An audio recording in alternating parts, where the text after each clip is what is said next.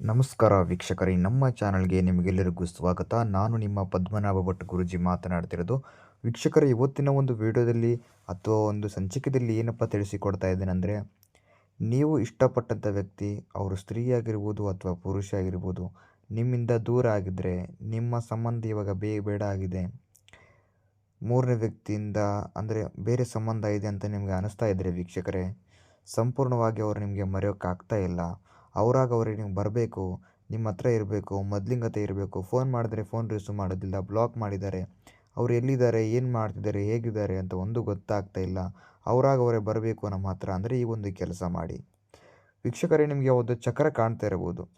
ವೀಕ್ಷಕರೇ, ನೀವು ಆ ಥರ ಒಂದು 4 ಭಾಗನ ಚಕ್ರವನ್ನು ಮಾಡ್ಕೊಂಡ್ಬಿಟ್ಟು ಕೆಲವೊಂದು ಸಂಖ್ಯೆಗಳು ಬರೆದಿದ್ದೆ ನಾನು.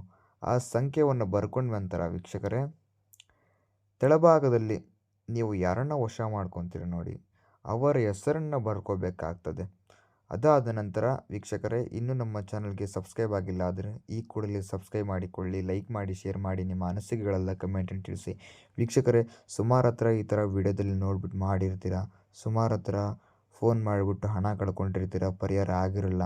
ನಿಮ್ಮ ಜೀವನದಲ್ಲಿ ಯಾವುದೇ ಒಂದು ಕಠಿಣ ಸಮಸ್ಯೆ ಆಗಿರ್ಬೋದು, ಗಂಡ ಹೆಂಡತಿ ಸಮಸ್ಯೆ, ಅತ್ತೆ ಸೊಸೆ ಕಿರಿಕಿರಿ, ವಿದ್ಯಾಭ್ಯಾಸದಲ್ಲಿ, ಹಣಕಾಸಿಂದು, ದಾಂಪತ್ಯದ್ದು, ವಶೀಕರಣದ್ದು, ಶತ್ರುದು, ಯಾವುದೇ ಒಂದು ಸಮಸ್ಯೆ ಆಗಿರ್ಬೋದು, ಡಿಸ್ಪ್ಲೇನಲ್ಲಿ ನಂಬರ್ ಕಾಣ್ತಾ ಇರ್ಬೋದು, ಆ ನಂಬರ್ಗೆ ಹೋಗಿ ಡಯಲ್ ಮಾಡಿ ಸಾಕು. ನಿಮ್ಮದು ಯಾವುದೇ ಒಂದು ಕಠಿಣ ಸಮಸ್ಯೆ ಇದ್ದರೂ ಪರಿಹಾರ ಮಾಡಿಕೊಡ್ತೇವೆ.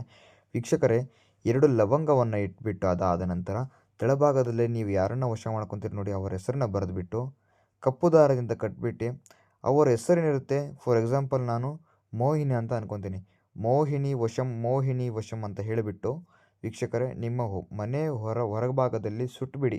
ಆ ವ್ಯಕ್ತಿ ನಿಮ್ಮ ಹತ್ರ ಬರ್ತಾರೆ.